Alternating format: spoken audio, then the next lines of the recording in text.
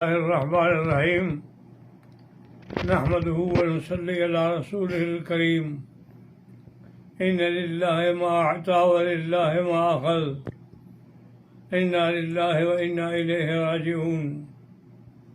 کل ہمارے شیخ حضرت پیر ذوالفقار نقشبندی کی وفات ہوئی۔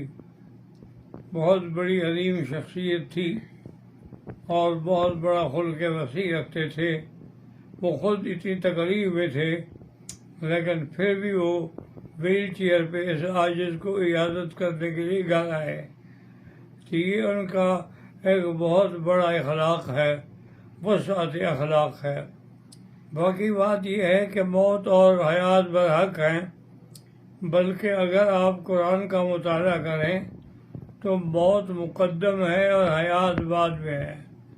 خلق الموت والحیات، اللہ نے قرآن پاک میں فرمایا ہے۔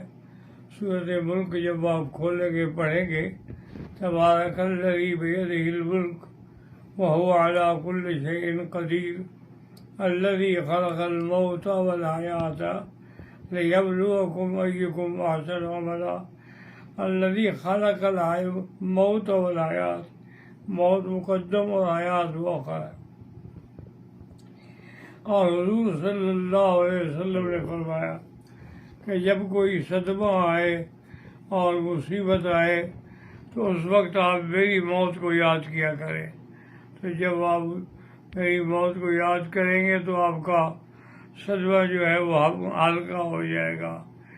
سارے قرآن پاک کو کھول کر دیکھ لیں کہ جو وقت مقرر ہے وہ آگے پیچھے نہیں ہو سکتا۔ لیکن یؤخر اللہ اجرہ اذا جاء اجلهم لا يستأخرون ساعة ولا يستقدمون۔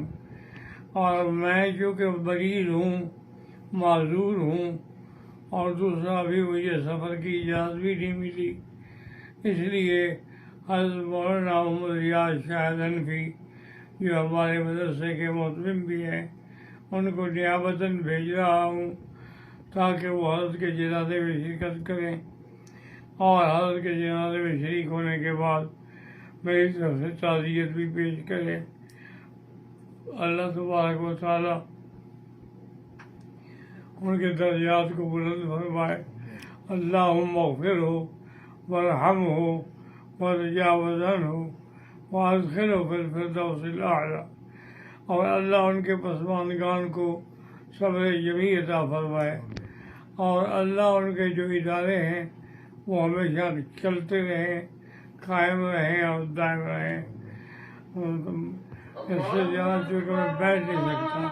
والسلام محمد مکی حجازی، مکہ مکرمہ۔